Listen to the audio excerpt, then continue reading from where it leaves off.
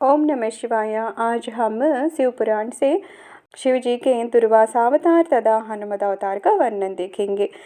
नंदीश्वर जी कहते हैं, महामुनि अब तुम शंभ के एक दूसरे चरित्र को, जिसमें शंकर जी धर्म के लिए दुर्वासा होकर प्रकट हुए थे, प्रेम पूर्वक श्रवण करो।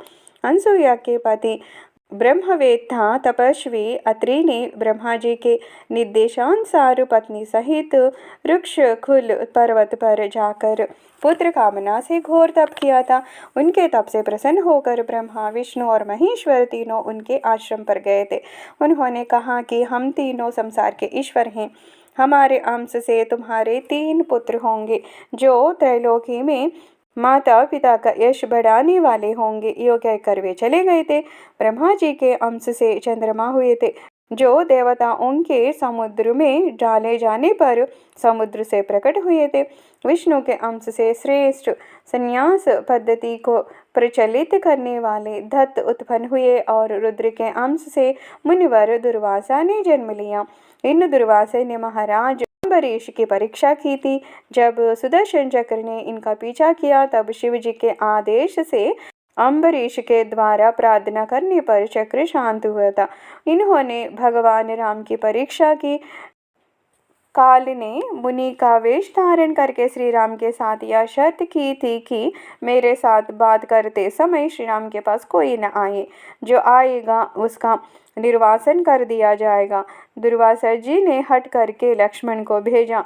तब श्री राम ने तुरंत लक्ष्मण का त्याग कर दिया।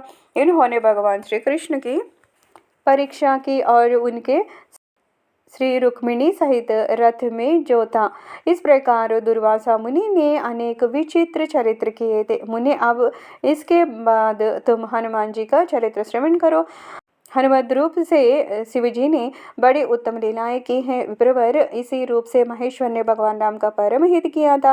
वह सारा चरित्र सब प्रकार के सुखों को दाता है, उसे तुम प्रेम पूर्वक सुनो। एक समय की बात है, जब अत्यंत अद्भुत लीला करने वाले गुणशाली भगवान शंभु को विष्णु के मोहिनी रूप का दर्शन प्राप्त हुआ, तब वे कामदेव के बाणों से आहत हुई की तरह क्षुब्ध हो उठे थे। उस समय उन परमेश्वर ने राम कार्य की सिद्धि के लिए अपना वीर्यपात किया था।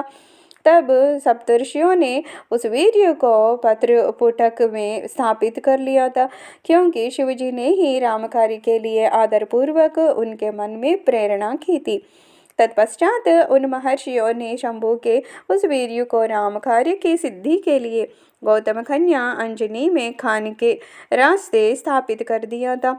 तब समय आने पर उस गर्भ से शंभु महान बल पराक्रम संपन्न वानर शरीर धारण करके उत्पन्न हुए थे। उनका नाम हनुमान रखा गया था।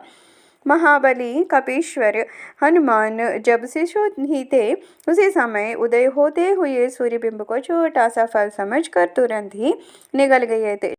जब देवताओं ने उनकी प्रार्थना की, तब उन्होंने उसे महाबली सूर्य जानकर उगल दिया था। तब देवर्षियों ने उन्हें शिव का अवतार माना और बहुत सा वरदान दिया।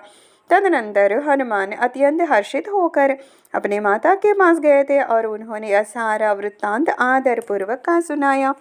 फिर माता की आज्ञा से धीर वीर कपि हनुमान ने नित्य सूर्य के निकट जाकर उनसे अनायास ही सारी विद्याएं सीख ली। तदनंतर रुद्र के अंश भूत कपिश्रेष्ठ हनुमान सूर्य की आज्ञा से सूर्यांश से उत्पन्न हुए सुग्रीव के पास चले गए थे।